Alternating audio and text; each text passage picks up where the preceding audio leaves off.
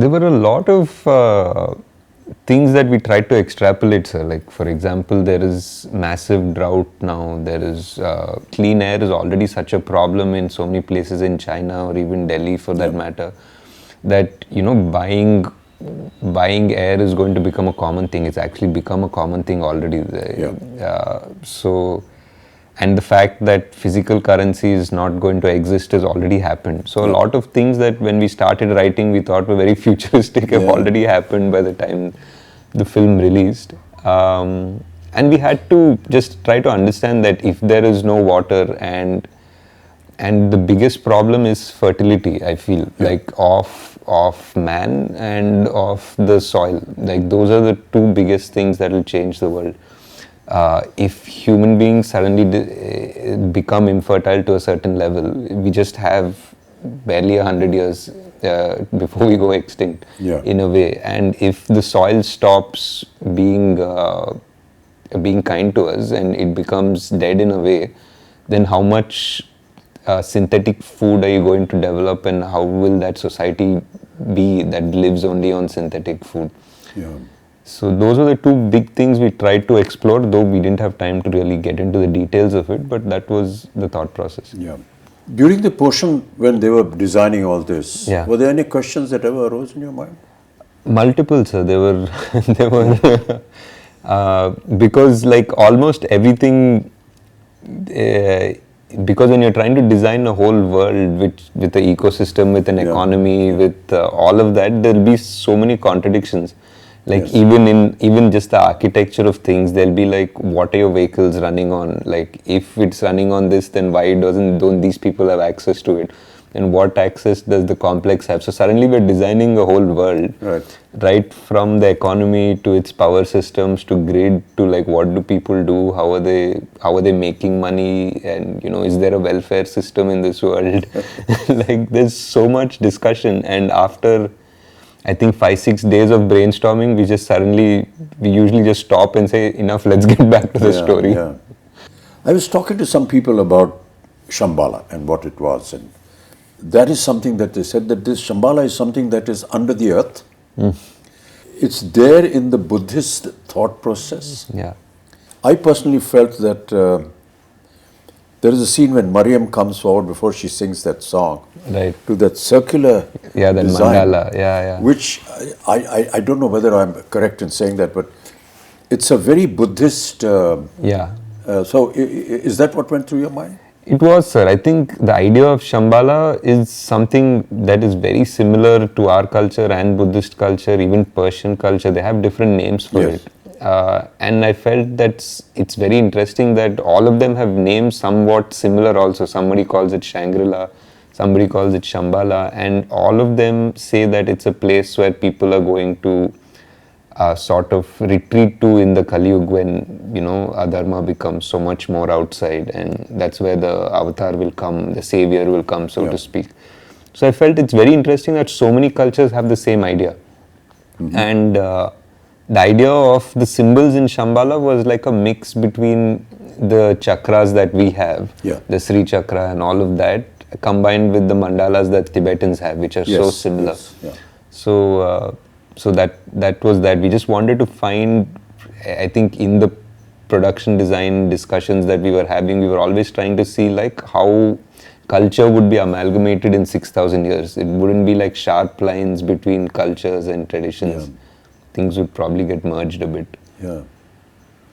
But it's, it amazes me how one person's brain could have designed and thought of all these things. I couldn't have, sir. There was a production designer, Nitin Zihani. We had multiple meetings.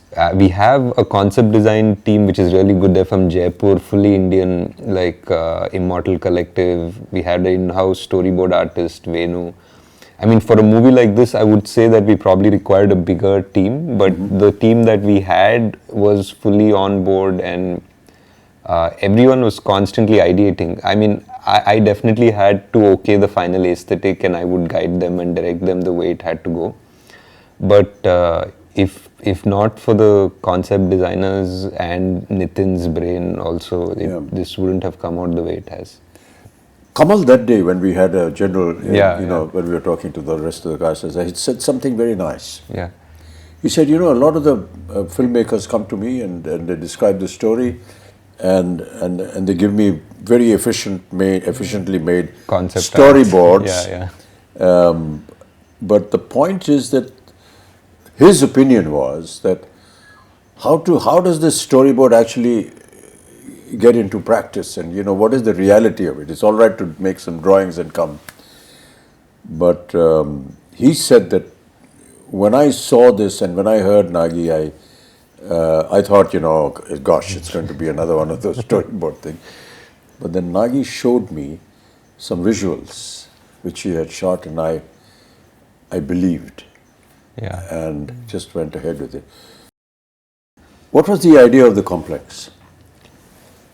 The idea of the complex was, it was like everything is there. It's beautiful. It feels like heaven. There's water. It feels like, animals are frolicking happily, and it's clean air and all of that. But there's something that feels unnatural about it as well. There's something that doesn't feel real, and it doesn't feel it belongs there. So it was that aspiration of man.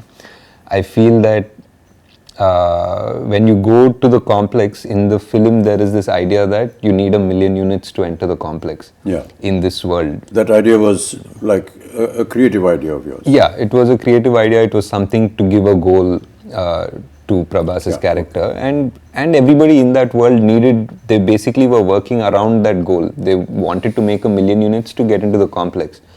But my idea was that you can't make 1 million units by being straightforward. The complex wants you to backstab each other. The complex wants you to fight amongst each other to make that 1 million units, and they're just going to be at peace because these people are never going to unite. That is what is happening in Kali Yuga, Yeah. This whole backstabbing and everything, everyone wants to grab and go on to the top, Correct. That famous story about all of us, we're all like cockroaches and everyone wants to go up, and reach the top of the lid of the bottle where they're in. So, you are catering to an audience, and there are many portions which I felt, as somebody who's been in the film industry, could understand that, okay, we are playing to the gallery. Yeah. This is Prabhas. For sure. This is a Telugu film. And Prabhas is Telugu. And you have to understand that he's massive, and he's godlike there. So many elements which a lot of people felt in the first half, because of its length and so on and so forth. At times they were not able to understand, or say, come on, let's get on with the story. But the fact is that it's like an intro to the hero of the film, but not just the hero of the film, but also the hero for the Telugu-speaking nation. And that is something that, people perhaps overlook. But we have to give it to them.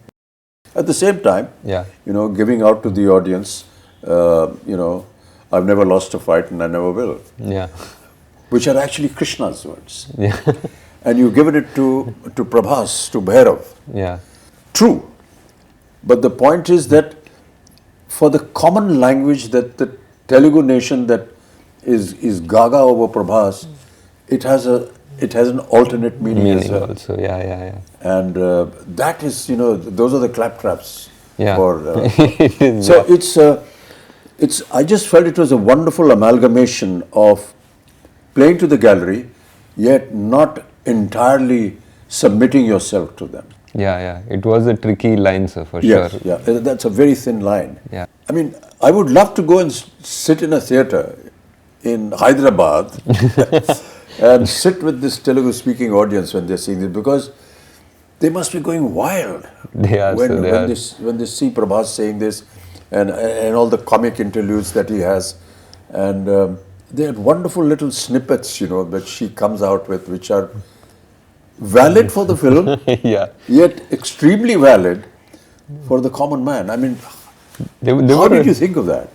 Like you're saying, it's a very thin line, sir. Like there were a few things in his intro, for example. Yeah. Like I think a new audience from Paris wouldn't make anything of it. Yeah. Because there's a hologram that is glitching. It says possible rebel, 5-star bounty. Yeah. And then it just glitches just for a moment right next to Prabhas and says rebel star for like an instant. And that's a claptrap for sure. Yes, yes. And but for anybody on the outside, it doesn't make any difference. It was hard to design something like that. And there was something also where Bujji says, even I have some fans, and Bujji says, yeah, you have a rebel fan. Yeah.